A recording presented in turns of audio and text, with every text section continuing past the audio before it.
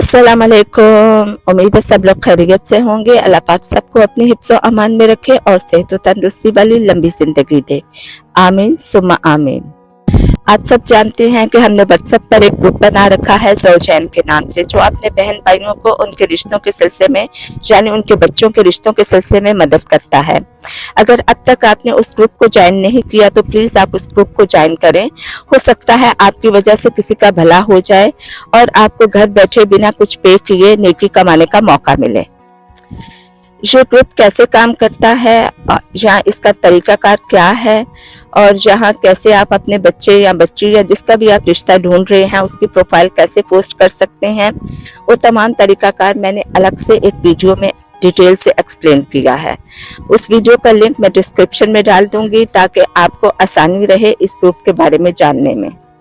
चंद रोज कबल मैंने फेसबुक पर एक छोटी सी स्टोरी पढ़ी। आई डोंट नो कि वो स्टोरी सच है या झूठ, लेकिन मैं चाहती हूँ कि आपके साथ शेयर करूँ। सुनने में आता है कि करूने वुस्ता में फ्रांस के किसी शहर में शादीशुदा खवातीन का एक अजीब तरीकाकार था। वो सुबह अपने शोहरों के नाश्ते में यानी उनके लिए जो वो ब्रेकफास्ट रेडी करती थी उसमें एक खास किस्म की मेडिसिन या कोई जहर मिला देती थी। अब आप सोचेंगे कि वो खवातीन शादीशुदा खवातीन अपने खामदों को जहर क्यों देती थी।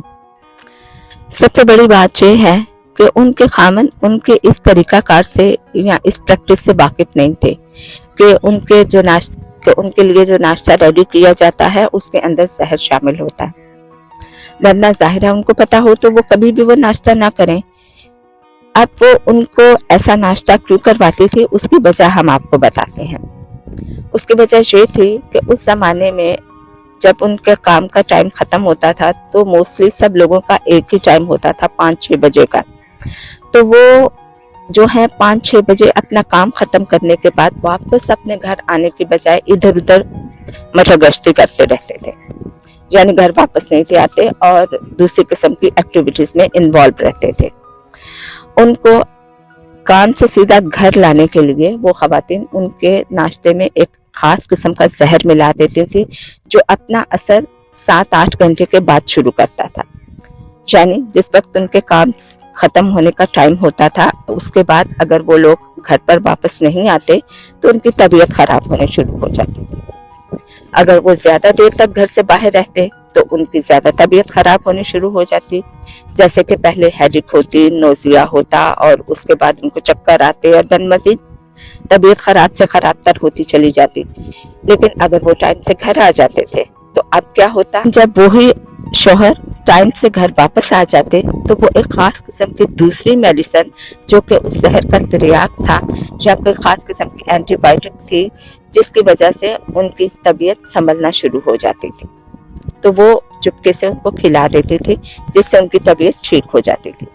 अब हुआ ये कि काफी अरसे तक ये सिलसिला चलता रहा। आहिस्ता आहिस्ता उन शोहरों को भी पता चल गया, ये नहीं पता चला कि ये हमारी बीवियों की वजह से होता है, बस ये पता चल गया कि अगर हम घर से ज्यादा देर तक बाहर रहें तो हमारी तबीयत खराब हो जाती है और अगर हम टाइम से घर पहुंच जाए तो हमारी तबीयत ठीक हो जाती है।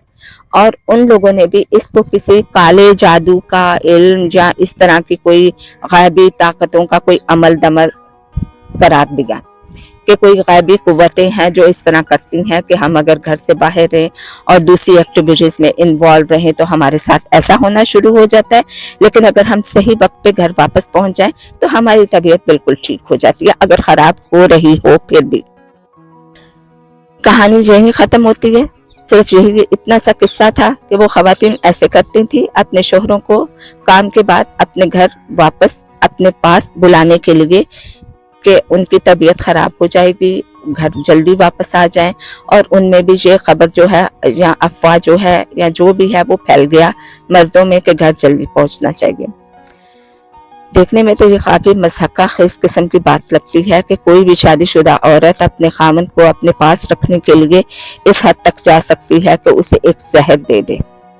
सपोज अगर खास उस आदमी को जिसको सुबह ये जहर दिया गया हो शाम को काम के बाद किसी और काम से उसका मालिक किसी और काम में मसरूफ रख ले या कहीं और जगह जाने के लिए कह दे, तब क्या हो। काम के सिलसिले में ही उसे कहीं बाहर रुकना पड़ जाए तब क्या हो। या सपोज अगर उस रात उस बीवी के पास उस जहर का तिर्याक खत्म हो जाए या उसको ना मिले या दस्तयाब ना हो और वो अपने खामद को जो सुबह जहर दिया था उससे बचा ना सके तो फिर क्या हो। तो यहाँ मैं सिर्फ ये कहना चाहूंगी कि बीवी आज के दौर की हो या करूने वस्ता के दौर की हो, खामद को हमेशा अपने पास अपने कब्जे में रखना चाहती है।